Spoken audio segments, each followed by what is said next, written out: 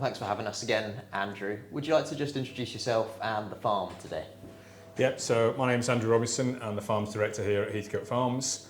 We are farming approximately 1,200 hectares, focusing predominantly on growing quality, so that's quality milling wheats, Group 1 and Group 2 wheats, some multi-rate, winter barley, some peas, beans and some oats. Very good. And we've come to the end of another challenging season, shall we say, for the winter wheats. How's this harvest gone for you, and are there any standout varieties that you would focus on? I think at first I was a little disappointed with it, but I think, speaking to other people, perhaps we haven't done quite as badly as we feared. So yields are down a little bit on where we'd hoped to be. I think the three standout varieties for us this year are the KWS Equipe as a second wheat performed phenomenally, just averaging just on 10 tonne a hectare. Then we had the Arnie as a first wheat and as a third wheat, again in the high nines for both of those, and the Vibe again performed really well, really good quality, again high nines for the Vibe. So in hindsight, quite pleased with the wheat. So KWS Vibe, you were actually one of the first growers to have a good look at it on a commercial scale. What kind of characteristics within that variety has meant that you've kept growing it year on year? I'm surprised that it's really clean. So I think perhaps it's cleaner than its ratings suggest for us. And I would suggest we're a dirty farm. We sow early. We try and produce a lot of tillers in the spring. So we tend to have thick biomass crops. And I was concerned, even though the ratings are pretty good, for Septoria I was a little bit concerned. But to be fair, very clean. And at the end of the day, the grain quality, phenomenal. I mean, we've got some high 14s on protein, like I know a lot of other people have. And bushel weight, 83.5 to 84.1, so a really good quality grain. I actually remember at your open day people commenting on the Vibe saying it looked like a feed wheat because there were so many tillers in it, so that's really positive. And I think actually trials is one of the things that separates you from other guys as well, and you're making a real effort to look at varieties head to head and making an analysis of even things from head counts through to yield, grain quality and proteins and things like that. What have you seen from trials in 2026 on your farm? I think, to be fair, there's been lots of good varieties in the trials this year from all breeders, which was great, which was lovely to see from our point of view as a grower. I think a couple of standout ones for us. I think the first one's going to be mentioned is KWS Checkmate. Came top of the tree both in treated and untreated, and in the untreated plot looked incredibly clean, cleaner than some treated or some other varieties. So KWS Checkmate, a big tick, yielded.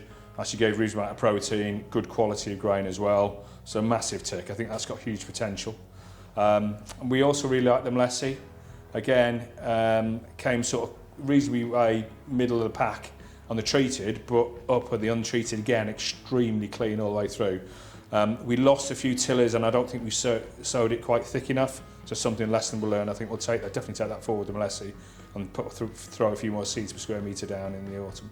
Yeah, I think that's the key thing with new varieties, isn't it? A bit of trial and error and working out how it fits best on your individual farm and how you can get the best out of it as a variety. Absolutely, and that's why part of the reason we do lots of trials, as you know, whether it's be fungicide, biostimulants, fertiliser, and a lot of wheat variety trials. But the wheat variety trials allow us just to look at them in the early stages and try and learn how to grow them, because there is a protocol with every variety.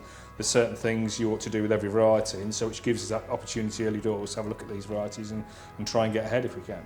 Right, so Andrew, we're now stood in a barn full of Vibe. How did Vibe get on for you for harvest 2026? Yeah, pretty good. We averaged in the high nines with this variety. Proteins over 14%, lovely consistent, high bushel weight. Performed really quite well. And how do you get the best out of it on farm? For us, we are, because we're very heavy clay here, so we tend to sow early, so we'll start somewhere around about the 18th to 20th of September. Vibe was one of the early varieties to go in. It's a little bit perhaps slower than some of the other KWS varieties. Yep. So we tend to drill that first. And we tend to push the seed rates a bit high. We like a bigger biomass crop because generally the ground will support more ears. So for us, we'll start at 350, 375, up to 400, depending on seed rates, or variable rate drilled. Yep. So early drilled, high seed rates. Excellent. And in terms of nutrition programs compared to other Group 1s that you've had previously, are you fairly similar? Yeah, fairly similar. I think, for us, we'll travel, as soon as we can travel in the spring, then get on nice and early with some nitrogen. And we're very keen on nutritional status, so before each of the main spray timings, we will tissue test and see what's required and then make sure we feed into crops. So our ultimate aim is plant health, and therefore that plant is not requiring anything to stop it from growing. Perfect. And you talked about drill date flexibility and being able to go relatively early with KWS Vibe, but you've also got some Group 2s on farm which have a bit more kind of get up and go, a bit more autumn vigour in terms of KWS Equipe and KWS Arnie. How are you getting the best out of those as Group 2 varieties? Yeah, I think both of those are really vigorous. I mean, they both fly away in the autumn and in the spring, actually, particularly the Equipe and the Arnie. They're both, I mean, at one stage I was quite worried about the Arnie actually going over, but we managed to control that quite easy with some, PGRs. But yeah, we were able to drill the Vibe first, then we went on to the Arnie and the Equipe, just like their second and third weeks. Again, the Equipe wanted definitely a higher seed rate. We put on actually over 400 seeds, 400 up to 450 seeds on the Equipe. And that gave us, it was our highest yielding week last year, purely I think partly because it actually had the highest ear numbers as well.